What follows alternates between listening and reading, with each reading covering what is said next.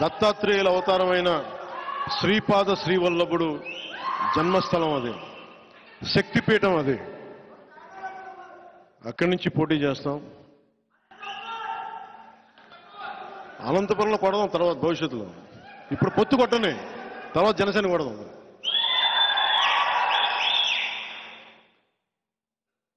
ఎంపీగా పోటీ చేయాలా లేదా అనేది కొద్ది రోజుల్లో ఆలోచన. అంటే నాకేం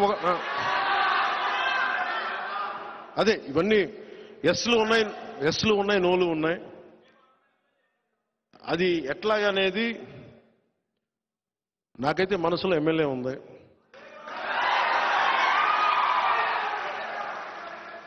అందుకే నేను దాని మీద ఏం వ్యాఖ్యానించట్లేదు.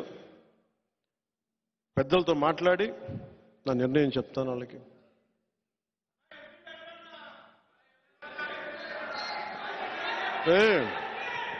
అంటే సీఎం అంటే సెంట్రల్ మినిస్టర్, ఆ మాట కోసమా మీరు?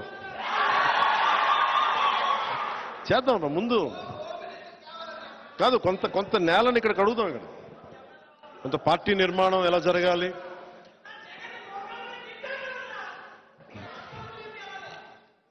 ఎక్కడికి అంటే ఇవన్నీ కూర్చోబెట్టుకొని ఇవన్నీ ఈసారి 21 స్థానాలకి పరిమితం అయిపోయినా కానీ మొన్నదాకా 98% స్ట్రైకింగ్ రేట్ అని చెప్పా. ఇప్పుడు 100% కొట్టాలి.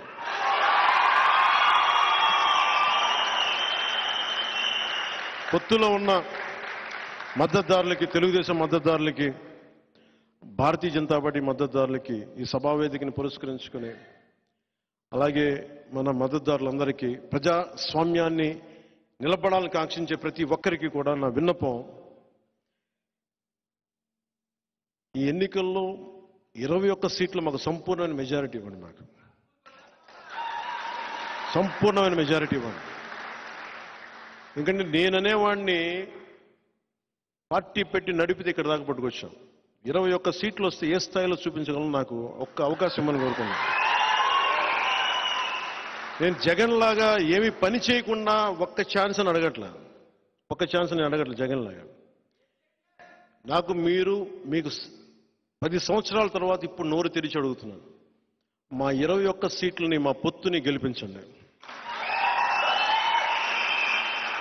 ప్రతి యువతీ యువకులకి, పెద్దలకి, పిన్నలకి, అందరికీ కూడా చేతులెత్తి, గుంతెత్తి, నోరెత్తి, చేయెత్తి అడుగుతున్నా, అభ్యర్థిస్తున్నా, మా పొత్తుని గెలిపించండి, జనసేనని గెలిపించండి.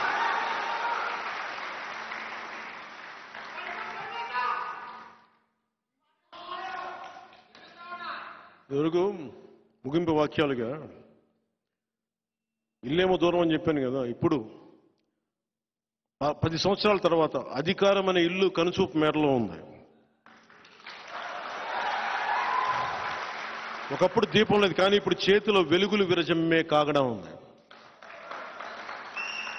గుండెల నిండా ఒక పవన్ కళ్యాణ్కే కాదు ధైర్యం, మొత్తం సమూహానికి ఉంది ధైర్యం. మనం కాకపోతే ఇంకెవరు, జనసేన కాకపోతే ఇంకెవరు. సో మనస్ఫూర్తిగా మీ అందరికీ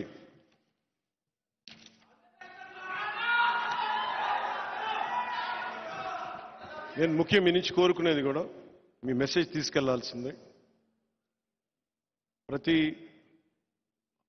నా దగ్గర హిందూ ధర్మం, ఇస్లాం, క్రిస్టియన్ సెపరేట్గా ఉండదు. నేను మానవతావాదిని, జాషువా విశ్వనరుణ్ణి, దాశరథి కృష్ణమాచార్య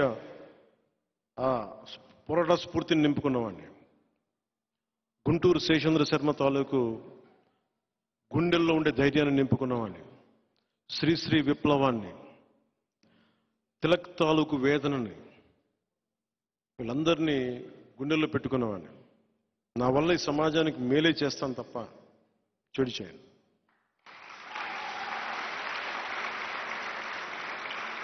ప్రధానమంత్రి గారు కూడా నేను ఎంత నలిగానో నాకు తెలుసు. ఈ దశాబ్ద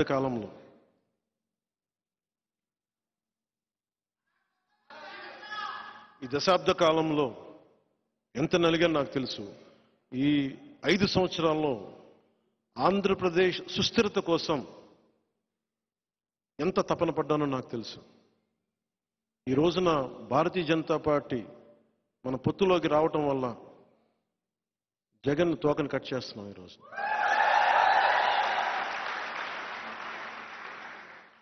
కాకపోతే ఇక్కడి దాకా తీసుకురావడానికి చాలా చాలా నలిగాం, చాలా చాలా ఇబ్బందులు పడ్డాం, త్యాగం చేశాం. ఇది అందరూ గ్రహిస్తారని, దీన్ని గుర్తిస్తారని వ్యక్తిగతంగా నేనేం గుర్తింపు కోరుకోను. కానీ రాష్ట్ర ప్రయోజనాల కోసం అందరం కలిసికట్టుగా ఉండాలి. Beyond caste, beyond creed, beyond religion, beyond region, we all should be as one. ఒకళ్ళే. మనస్ఫూర్తిగా మీ అందరికీ, ఏ యువతకైతే ఉపాధి అవకాశాలు లేవో, ఏ మహిళలకైతే ఎంటర్ప్రెన్యూర్స్గా కావాలో, మధ్యతరగతి మహిళలు ఏం కోరుకుంటారో వారికి ఏం చేయాలి, స్కూల్కి వెళ్ళే ఆడబిడ్డలకి టాయిలెట్ సౌకర్యాల దగ్గర స్కూల్ సౌకర్యాలు కానీ, అన్ని కులస్తులకి అండగా ఉండేలాగా నేను ఎప్పుడు మీకు అందుబాటులో ఉంటాను. ప్రతి ఒక్కరికి చెప్తున్నాను. ఈ రోజున నేను జనవాణి కార్యక్రమం ఈరోజు అధికారంలో లేనప్పుడు ఈరోజు తిరిగాం. రేపొద్దున అధికారం వచ్చినప్పుడు కూడా ప్రతి నెల జనవాణి కార్యక్రమం పెడతాం. మా వాళ్ళు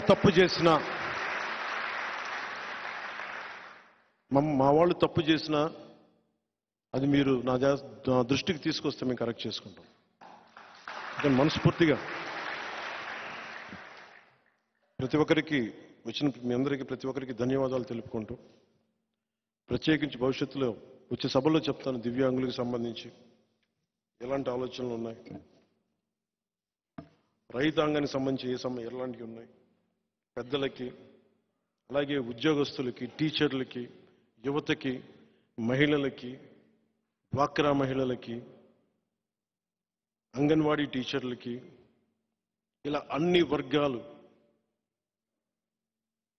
అలాగే మీరు మైనారిటీలు కాదు, మీరు మెజారిటీలు అని చెప్పి నేను అనుకుంటాను ముస్లింల గురించి. మైనారిటీ అనే పదం ఒకసారి మనల్ని ఇబ్బంది పెడతా ఉంటుంది. నాకు ఎప్పుడు మీరు నా గుండెల్లో మెజారిటీ మీరు. అలాగే క్రిస్టియానిటీ తీసుకున్న పాస్టర్ సోదరులందరికీ, ఇదే సభలో చాలా చేసిన అమలాపురం నుంచి వచ్చిన పాస్టర్ సోదరులకి అందరికీ కూడా నేను ఓట్ల కోసం ఎప్పుడు మిమ్మల్ని అడగను. మనస్ఫూర్తిగా నేను గౌరవించేవాడిని. నా భార్య కూడా క్రిస్టియన్. కానీ నేను దాన్ని దృష్టిలో పెట్టుకొని చెప్పట్లేదు, ఎందుకంటే నా అన్ని మతాల మీద గౌరవం ఉందని చెప్పడానికి చెప్తున్నాను. కానీ మనస్ఫూర్తిగా అందరూ బాగుండాలని కాంక్షించేవాడిని, కోరుకునేవాడిని. మీరు అండగా నిలబడతారని ఆకాంక్షిస్తూ,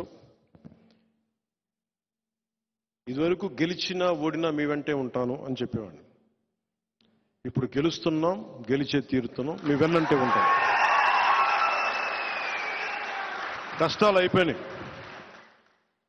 ఇప్పుడు ఛాలెంజ్లే ఉన్నాయి. ఛాలెంజెస్ ఏంటంటే భవిష్యత్తు నిర్మాణం ఎలా చేయాలి, దాని మీదే ఛాలెంజ్.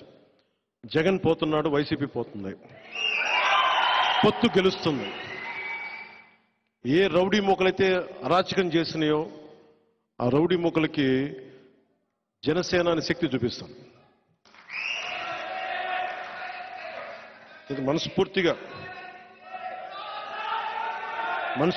మీ అందరికీ ఈ మెసేజ్ అంతా మీ మాధ్యమాల ద్వారా